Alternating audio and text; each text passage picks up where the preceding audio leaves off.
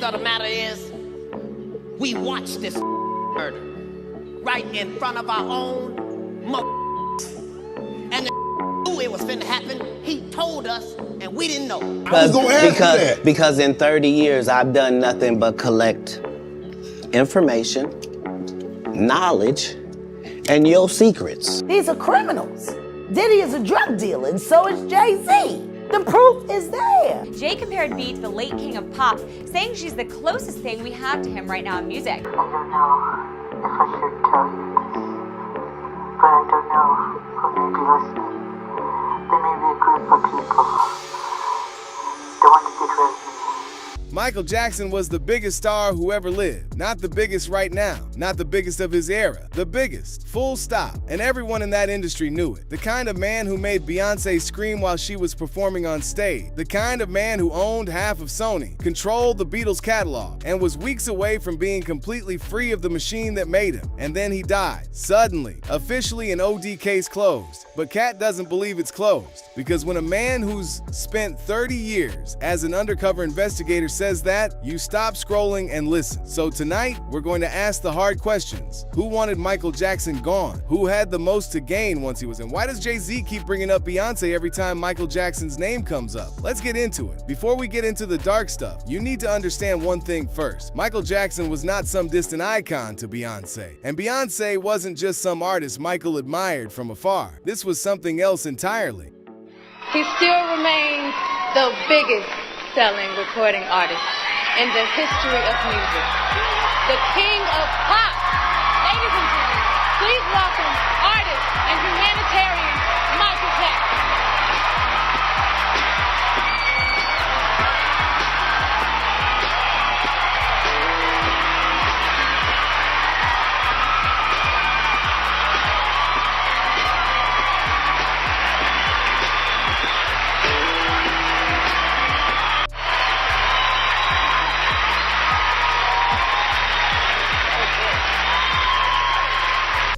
Thank you, Beyonce. That's not a professional handing out an award. That a little girl from Houston who grew up watching Thriller on a loop, suddenly standing close enough to touch the man who made her want to perform in the first place. If it wasn't for Michael Jackson, I would never have ever performed. He's made such an impact on my life and every performer's life. Michael Jackson, I love you. We all love you. I want you to give it up for the king of pop, Michael, Michael, Michael, Michael, Michael, Michael Jackson. Congratulations on winning the World Music Award, Diamond Award.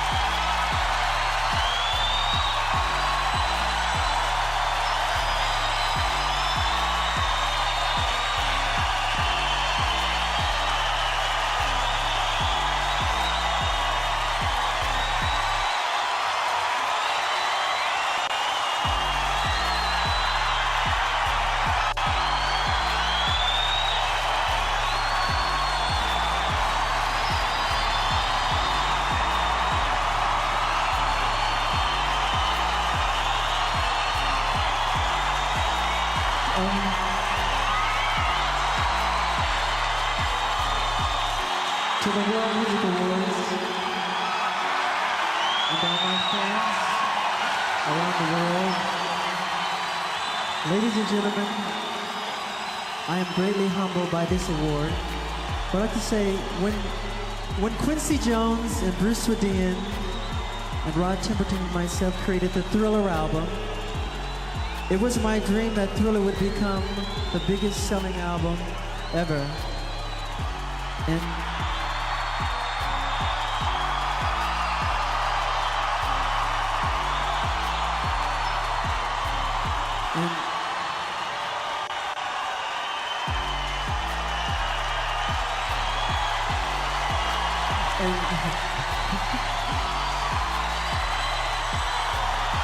I love you.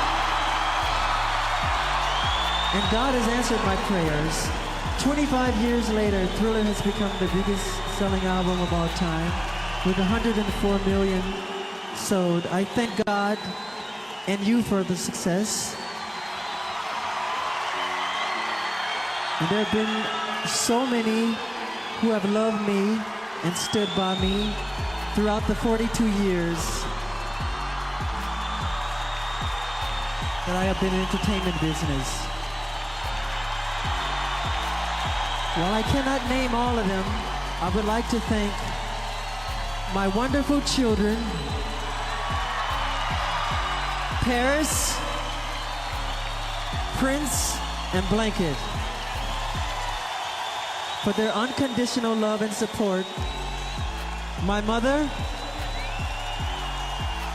my father, Joseph Jackson, and my brothers and my sisters, my entire family for their love and support. I thank you. I love all the fans from the bottom of my heart. And I love you, Beyonce. And he says it right back, on stage, at the World Music Awards, in front of everyone. I love you, Beyonce. Not in a DM, not in a private room. Out loud, on a microphone, to the world. And people who were in those rooms say Michael talked about Beyonce the way most people talk about someone they can't stop thinking about. His bodyguards noticed it. His inner circle noticed it. Oh my God, don't get me started on Michael. I have been a fan of Michael Jackson since I was a baby. I recently got a chance to meet him. We were doing a show for him, and he was sitting on the side of the stage, and it was time for me to sing my part. But I looked to the right, and he was right there. I couldn't sing. I had to start screaming. And I did, right on the stage.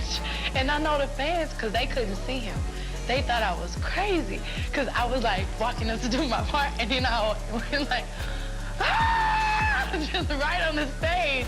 And I couldn't hold it, like I couldn't take it. This is the woman who headlined Coachella without breaking a sweat, screaming like a teenager at a meet and greet. That's what Michael Jackson did to the most composed woman in entertainment. I heard he had a crush on Beyonce. Yeah, he loved Beyonce. He wanted to marry Beyonce. Beyonce or Princess Diana? He told me he would have married Princess Diana in a heartbeat. And they spent hours on the phone together. But Beyonce, yeah, whenever he was asked to be given an award, he would always say, well, if Beyonce gives it, then it's okay. And we heard that she was at a party, we would turn up. And in the hope that he would catch her, you know. She used to call, she was a good friend of his. She used to call all the time. But yeah, he liked Beyonce a lot. It's kind of like hard to say now, but we went to a Puff Daddy party, right? But not a Puff Daddy party like a Puff Daddy party that people hearing this are gonna think. We were there 5 minutes.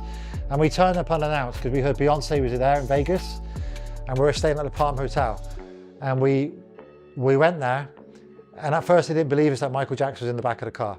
And in the end, Puff Daddy, P. Diddy, whatever you want to come out, and he said, yeah, that's Mike, come on in. We came on in. He sat down next to P. Diddy, and he said, is Beyonce here? She goes, oh, she just left 5 minutes ago. He goes, ah. And he's like, Matt, Mark, let's go. And we left and we went. It's funny because P. Diddy, Puff Daddy, whatever, he went on one of your talk shows in America and said the same story, that he stayed for a party for 5 minutes. He asked for Beyonce, she went there, and he went again. I couldn't believe it. But we didn't see any shady stuff going on. It was just like people dancing, drinking. There's no crazy stuff going on. We were only there like 5-10 minutes. But here's where it gets interesting. Michael Jackson, a man who was famously selective about who he spent time with, who had energy checked everyone in his circle for years, voluntarily walked into a Diddy party, because he heard Beyonce was going to be there. Let that sink in. A man who rarely left his controlled environments, who had security screening every room before he entered, showed up to Sean Combs' house for 5 to 10 minutes, just for the chance to be near her. And we know now what Diddy's parties actually were. We know what went on in those rooms. We know what the FBI found when they raided his properties. And Michael Jackson walked into that world voluntarily, just for Beyonce. I was throwing this party for the MTV Movie Awards. You know, I was starting to plan to really do my entree onto the scene as an actor. You know, I invited everybody. Everybody was there. The Beckhams was there. I remember Beyonce was there. Jamie Foxx, Ashton, Cameron Diaz, I mean, it was Will Smith, Chris Rock, everybody that was moving and shaking in Hollywood. So the party's going on, the party's off the chain, the party's already a success. I remember Beyonce had just dropped Crazy in Love. I remember that's what was just killing the dance floor. And she was there. And so I remember the DJ, you know, he ain't played yet, and the dance floor was warmed up, and everybody was saying, yo, we want to hear the new Beyonce joint. That's how hot it was. Security comes to get me and says, you have a guest here who wasn't on the list. And I'm like, who? He's like, Michael Jackson. I'm thinking they joking around. I'm thinking like, they trying to maybe punk me. This is like I think Punk was out during this time. I'm not knowing what's going on. So then I go towards the back by like where the catering was, and it's Michael. And I'm like, Michael, what's up? Like, what you doing here? And he was like, I'm here with Brett Ratner.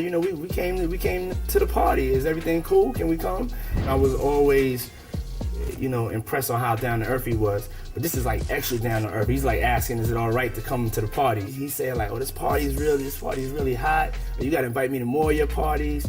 And then he leans over to me. We taking some pictures. He leans over to me. He's like, where's Beyonce? And I'm like, I didn't think I heard him correctly. He's like, I heard she's here. Where's Beyonce? And I'm like, okay, hold on. Let me go find out where she's at. So I run up on B. B is on the dance floor. I'm like, B, Michael's here. He wants to meet you, whatever. And so I get Mike, bring him over. He's like, I love the record, whatever. He goes, tells the DJ to play the record.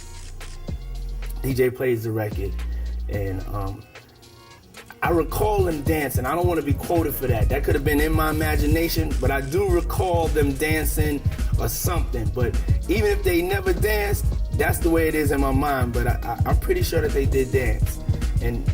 But the whole recollection of that, it was so real that Mike recognized the greatness in Beyonce early, and didn't have no ego about it, and was ready to meet her and give her hugs. And he was also ready to go for his as a man. I think we all as men at that time wanted to dance with Beyonce.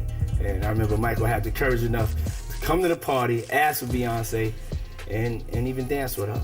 And Diddy confirmed it himself. In his own words, Michael showed up. Michael wanted to dance with Beyonce. And Diddy watched the whole thing happen in his own house, like it was the most natural thing in the world. Hi. Hi, Beyonce. How you doing?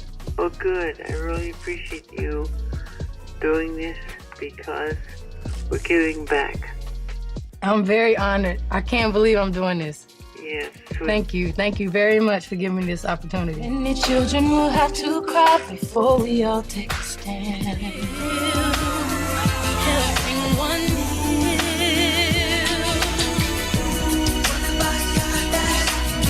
Jackson.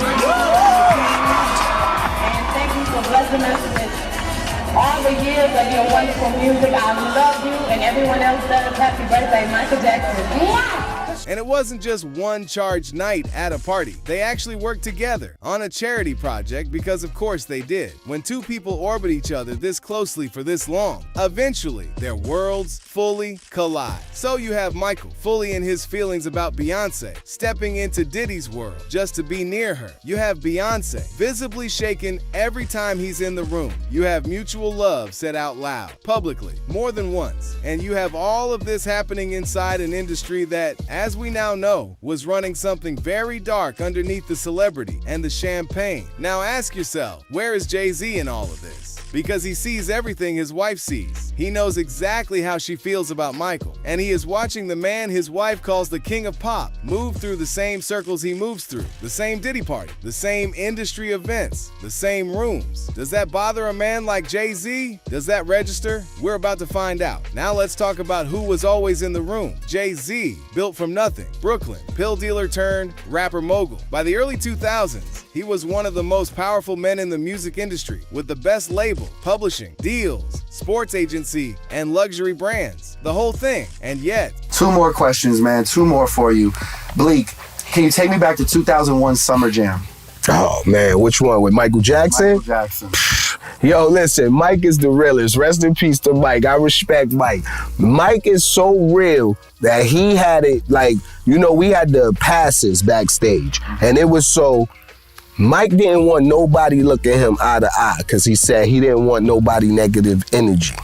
Ooh, that's a bar. So his security, if you wasn't with Jay, family, or anything like that, every spectator back there, staff and everybody, if you wasn't one of us, they made you turn around and face the wall because Mike didn't want you making eye-to-eye contact with him. Yeah. And I remember Mike walking through, he had the little mask, remember he used to have the see-through bandana over the face, coming through, he had the kids with him. Man, I'm just looking at Mike like, this nigga really made their face. These ain't even police. Like, how would that, what? Like, nah, you the G. And then when it's like Jay got Mike in the building. Memphis Bleak, one of Jay's closest people, someone who was genuinely inside that inner circle for years, tells you something interesting here. Michael Jackson had a system for who got near him. You had to meet his eyes. If the energy was off, you didn't get access. And Jay-Z's family made the cut. They were in Michael's close circles. Jay didn't just know of Michael, he knew him. And knowing him meant knowing exactly how differently Beyonce and the rest of the world looked at Michael compared to everyone else. Now, here's where it gets under your skin. Years after Michael is gone, Jay-Z is on Twitter Spaces with Alicia Keys. Casual conversation, and he says something that sets the internet on fire. He says, Beyonce is the evolution of Michael Jackson, that she watched him since she was 9 years old and improved the concept. And then he adds, Bay's gonna be mad at me for saying this, but Michael Jackson never had a Coachella. Now, on the surface, people read it as a husband hyping his wife. Sweet, almost. But MJ fans didn't read it that way at all. They read it as Jay-Z publicly trying to move the crown in the direction of someone whose career he controls financially. You don't compare your wife with someone you're comfortable worshiping. You compare her to someone you need her to be bigger than. And then there's the part nobody likes to talk about. Jay-Z, Beyonce, and Diddy have been moving as a power triangle in this industry for over 20 years. Same events, same parties, same inner circles. The same world that, as we now know, had something deeply sinister running underneath all of it. So was The Machine. And The Machine has a very specific problem with MJ. Katt Williams is not a journalist. He's not a lawyer. He's not a federal investigator. He's a comedian who spent 30 years inside the same rooms as the most powerful and most dangerous people in entertainment. And comedians, more than almost anyone else in that world, get told things because powerful people think funny men aren't a threat. Katt was always a threat. And I know some of y'all looking at me like, you're not finna talk about Michael, are you? Yes, I am. First of all, let me start off by saying, with all the Michael Jackson fans, please make some noise in the building this evening.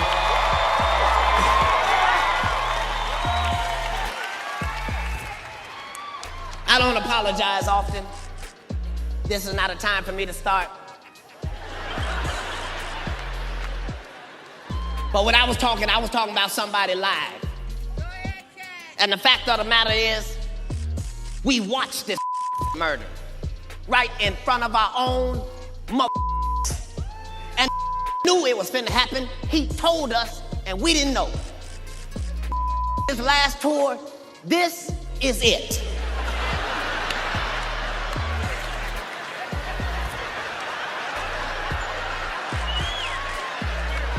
White people, let me just tell you a little if I could.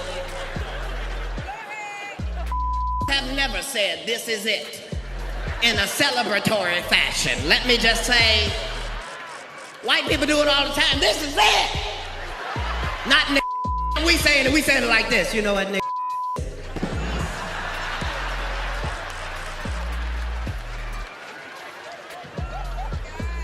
And they straight up killed him and gave us the most story we ever heard our entire life. First they told us this nigga was a drug addict. Then we find out this drug was sleep.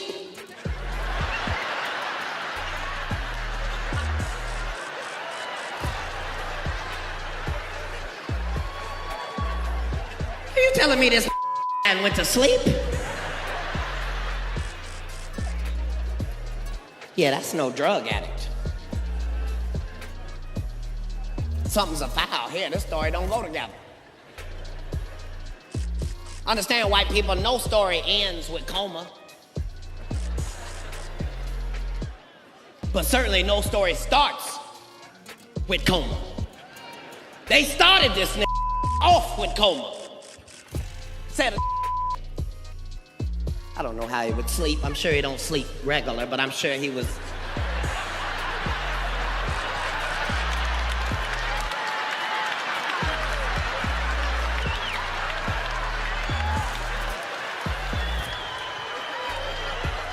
I don't know how he would sleep, but I knew he slept fancy. The next story is this sleep in a coma. Then they say he wakes up out of his coma. Now understand, the whole thing about a coma is supposed to be you can't get the fuck up from one. He's walking you through what Michael told us with his own actions. A man who named his final tour This Is It, who told the people closest to him he knew what was coming, and who died before he ever got the chance to be free of the people who owned him. But before we follow the money, you need to sit with who Michael actually was. Because the machine doesn't just eliminate people, it discredits them first. It makes sure that when they're gone, the world is too confused about who they were to ask the right questions about why they died. So, Michael Jackson. Now, you were Michael Jackson's defense lawyer. Yes. But you were also his friend, weren't you? Yes. But I knew Michael during a very, very unique and very, very tragic time. I was his lead criminal defense counsel in his criminal case. And Michael took it very hard to be charged with something that horrific. And to have to go through that kind of a process was very, very difficult for him. So I knew Michael during the worst chapter in his life. What did you think of him as a person? He was one of the nicest people I've ever met. Kind, gentle, supportive, very, very sensitive to the needs of others, very interested in healing the world, very interested in helping disadvantaged people. He truly was one of the nicest human beings I've ever met. It sounds very cliched. Well, it's very true. Michael had a desire to heal the world. He knew he had unique opportunities financially, reputationally, creatively, and he told me that he wanted to make a difference on the planet. He wanted to make it a better place. It sounded naive and ideal a little bit, but that was Michael. He always was trying to help somebody. But you've been on the receiving end of a lot of fibs from a lot of people. You really think he was genuine? I do think he was genuine. I think he was a very kind person. I think he had a troubled early life. I think he was denied a childhood. I think his family realized what a genius he was at a young age, and his father made him work very hard to perfect his talents. And in the process, I think he felt he was denied a true spontaneous childhood and wished he had had one. Do you think he's remotely or could have been remotely capable of doing any of those things? The things he's been accused of doing? Absolutely not. I am 100% convinced Michael never abused a child, never harmed a child, certainly never molested a child. I think this is hogwash. His own defense lawyer, who was paid to know the worst possible version of Michael, who sat through every piece of evidence the prosecution had, comes out saying he was the nicest man he ever represented. This is not PR. This is not a fan. He is a defense attorney. Let that sink in. Here's where it stops being emotional and starts being financial, because jealousy is a motive, but money, real, documented, billion-dollar money is a stronger one. You know, let me just say this. The tradition of great performers from, and I really want you to hear what I have to say. The tradition of great performers from Sammy Davis Jr. to James Brown to Jackie Wilson to Fred Astaire, Gene Kelly. The story is usually the same though. You know, these guys work really hard at their craft, but the story ends the same because the companies take advantage of them. They really do. And Sony being being the artist that I am at Sony, I've generated several $1 billion for Sony, several billion, and They really thought that my mind is always on music and dancing, and it usually is, but they never thought that this performer, myself, would outthink them. Yeah! So, we can't let them get away with what they're trying to do, because now I'm a free agent. I just owe Sony one more album. It's just a box set, really. It's with 2 new songs, which I've written ages ago. Because every album that I record, I write, like, literally, I'm telling you the truth, I write at least 120 songs every album I do. So I can do the box set and just give them any 2 songs. So I'm leaving Sony a free agent, owning half of Sony. So I own half of Sony's, and I'm leaving them, and they're very angry at me because of it. But I just did good business, you know. Tell him! Say it, Michael! Tell the story! But so the way they get revenge is to try and destroy my album. But I've always said, you know, good art never dies. Thank you. I love Unbreakable. You know. And Tommy Mottola is a devil. This is a man laying out a financial case in public. He's not crying about unfairness. He's telling you exactly what the transaction was, exactly what he's owed, and exactly why the people above him are furious. This is not paranoia. This is a business dispute with a $750 million price tag on it. He says he owes them one more album. He'll give them a few old songs. Nothing new, nothing valuable, and then he will be completely free. Free from Sony, free from the machine, free from the people who had been managing, exploiting, and controlling him since he was 10 years old. In 2016, after his death, Sony bought the estate's 50% stake in Sony/ATV for $750 million. In 2024, they bought another stake in his catalog at a $1.2 billion valuation. The same catalog Michael said they wanted. The same catalog Michael said he was going to keep. Gone for over $1 billion once he was no longer alive to hold it. He put it in the tour title. He said it to his inner circle. He said it about Sony publicly. And then, right at the end, he said it one more time. What's wrong, Michael? I don't know if I should tell you this, but I don't know who may be listening. There may be a group of people that want to get rid of me. They don't want me here anymore. I don't understand. What do you mean? I can't talk about it over the phone. I don't know. It's going to happen.